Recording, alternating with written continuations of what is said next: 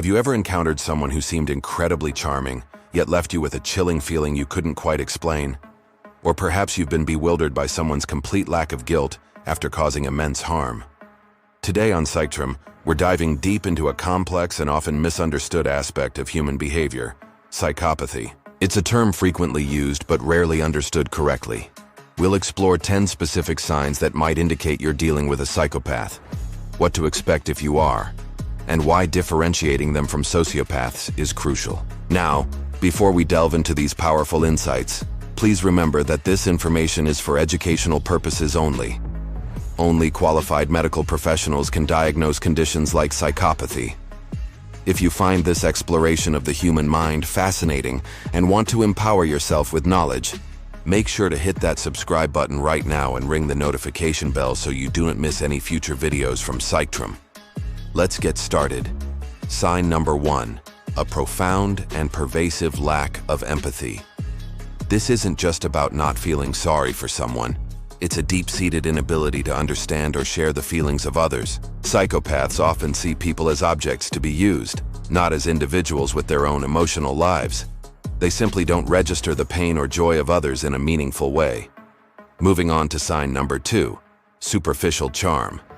Psychopaths are often incredibly charismatic, articulate, and likable on the surface.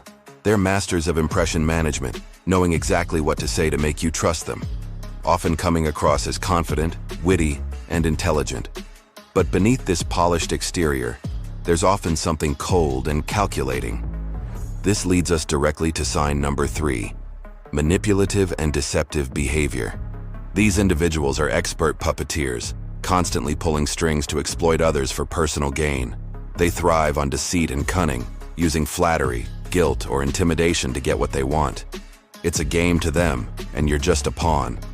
Have you ever felt like you're being played? This next sign is a huge red flag: pathological lying. For a psychopath, lying is second nature, not an occasional slip. They fabricate elaborate stories, sometimes even believing their own falsehoods, to avoid responsibility, gain sympathy, or simply to see if they can get away with it. Truth becomes an inconvenience, not a necessity. Number 5 is a grandiose sense of self-worth. They possess an inflated ego, believing they are superior, special, and entitled to special treatment. Rules often don't apply to them, and they expect others to cater to their perceived greatness. It's an ego that borders on delusional. Now this one is perhaps the most chilling, a complete lack of remorse or guilt. Psychopaths show no regret or shame for actions that harm others.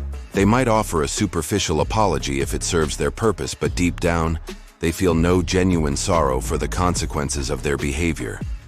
It's like looking into a void where conscience should be. You might be starting to connect some dots, but here's where it gets even more disruptive: impulsivity and irresponsibility. Psychopaths often exhibit poor judgment, acting on urges without considering long-term consequences. They are unreliable in commitments, whether personal or professional, and tend to live in the moment without much thought for tomorrow. Next, sign number 8, early behavioral problems.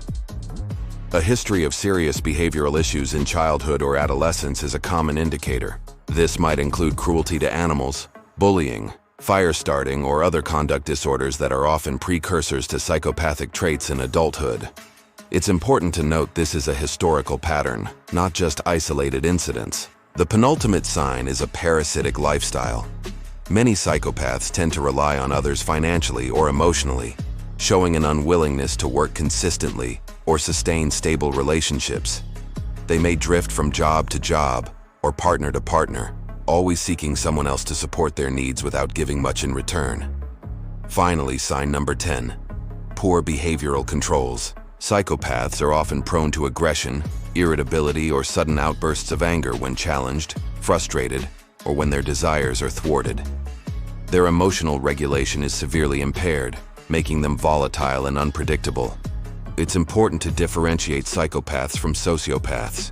While both fall under antisocial personality disorder, psychopaths are often considered more calculated, born with the predisposition, and harder to treat, whereas sociopaths may be more a product of environment and can exhibit more impulsive behavior. Understanding these signs is not about labeling, but about self-protection and fostering a clearer perspective on the complex people around us. If you found this discussion valuable, please give this video a thumbs up and share it with someone who might benefit from this critical information. What are your thoughts on psychopathy? Have you encountered any of these traits? Let us know in the comments below. And for more deep dives into the intricate world of the human mind, subscribe to Psychtrum. Stay safe, stay informed.